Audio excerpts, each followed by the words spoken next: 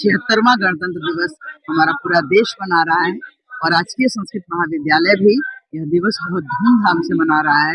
आज के दिन झंडोत्तोलन किया गया और झंडोत्तोलन के पश्चात राष्ट्रगान, राष्ट्रगीत के साथ राष्ट्र के का सम्मान किया गया।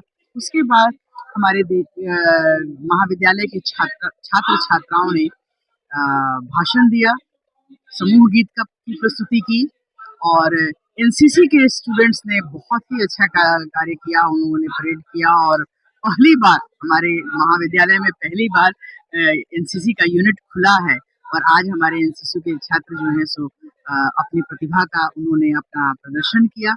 और अभी हमारे एक डॉक्टर शशिकांत तिवारी गुरुजी हैं, तो उनका काव्य पाठ भी हुआ और एक ऋतिक नाम का बच्चा है जिसका उसने भोजपुरी में काव्य पाठ किया।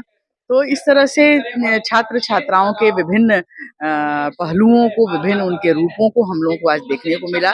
सबने अपनी प्रस्तुति में देश के प्रति अपना सम्मान प्रकट किया, अपनी श्रद्धा प्रकट की और यह प्रण लिया कि इस देश के लिए अपने अधिकार और कर्तव्यों का संरक्षण करेंगे और संविधान को लेकर आगे बढ़ेंगे। और ये तो आज की जो तिथि है वो समस्त भारतवासियों के लिए गौरवान्वित की तिथि है। आज गणतंत्र दिवस है, 26 जनवरी को हम लोग मनाते हैं। 1950 में इसे लागू किया गया। भारतीय का जो जीवन हो वो किस प्रकार का हो, आम लोगों की सुविधाएं क्या हो, उसके लिए एक संविधान की आवश्यकता पड़ती है। इसको हमारे बाबा साहब भीमराव अम्बेडकर ने कठिन परिश्रमों से और अनेक सहयोगियों द्वारा संविधान का निर्माण किया, जिससे भारत सरकार ने 1950 में 26 जनवरी के दिन, आज के दिन ही लागू किया। स्वतंत्रता हमारे यहाँ 15 अगस्त 1947 को प्राप्त हुआ। उसके उपरांत यह लागू किया गया। आज के दिन देखने के लिए हमारे देश के लाखों क्रांतिकारियों एवं स्वतंत्रता सेनानियों ने अपने बलिदान का प्रतिफल है कि आज हम सब एक झंडे के नीचे खड़ा होकर इस शुभ अवसर पर, शुभ पावन पर्व को हृदय से मनाते हैं और उन सभी क्रांतिकारियों एवं स्वतंत्रता सेनानियों को सशक्त नमन करते हैं। युवाओं को क्या संकल्प लेना चाहिए? युवाओं को ये संकल्प लेना चाहिए कि भारतीय संविधान के अनुसार जो उचित और अनुचित है उसकी है ना मूल्यांकन करके ही हम कार्य करें। देखिए, गणतंत्र का शाब्दिक अर्थ तो होता है, गण का अर्थ होता है समूह और तंत्र का अर्थ होता है राज्य।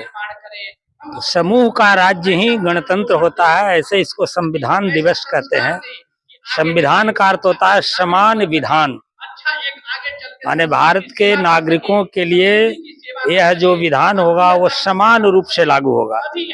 लेकिन जब मेरा देश आजाद हुआ, संविधान लागू हुआ, तो भारत माँ का जो शीर्ष कश्मीर कहा जाता है उसके लिए एक अलग से विधान किया गया, जो धारा 35 लागू हुई, जिसके चलते वहाँ पर एक देश एक विधान लागू नहीं होता था। वहाँ की विधानसभा 6 वर्षों की होती थी। वहाँ भारत के सुप्रीम कोर्ट का आदेश नहीं पारित होता था। तो हमारी वह पूर्ण स्वतंत्रता नहीं थी, केवल कहने के लिए मात्र था कि कश्मीर भारत का अभिन्न अंग है, लेकिन अब वह अभिन्न अंग हुआ है।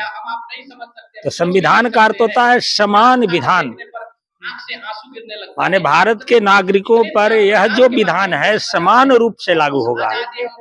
एक देश एक विधान है कि नहीं, यह कि श्यामा प्रसाद मुखर्जी ने नारा दिया था, एक देश एक विधान, और वह नारा जो है वर्तमान में हुआ। और संविधान का मतलब यह नहीं है कि किसी विशेष के लिए कोई व्यवस्था की जाए, कोई खास वर्ग, कोई जाति के लिए, तो संविधान उसे नहीं कहते हैं। जो कि धारा 370 थी, 35A था, उन लोगों के लिए अलग सुविधाएं होती थी। भारत के लोग यदि वहां जाते थे तो कश्मीर में लोग कहते थे कि भारत से आए हो, वहां आपका सिम नहीं काम करता था, आपको वहां जमीन खरीदने की इजाजत नहीं थी, आपको बसने की इजाजत नहीं थी। तो आज हम संविधान दिवस इसको कहें, गणतंत्र दिवस, पर अपने आप को यह स्थापित करें कि भारत के हर नागरिकों को भारतीय संविधान में जो अधिकार प्रदत्त है उसका लाभ मिले, उसका अनुसरण हमारा राज्य करे, हमारा देश करे। इन्हीं शुभकामनाओं के साथ प्रोफेसर उमेश शर्मा, राजकीय संस्कृत महाविद्यालय, काजीपुर।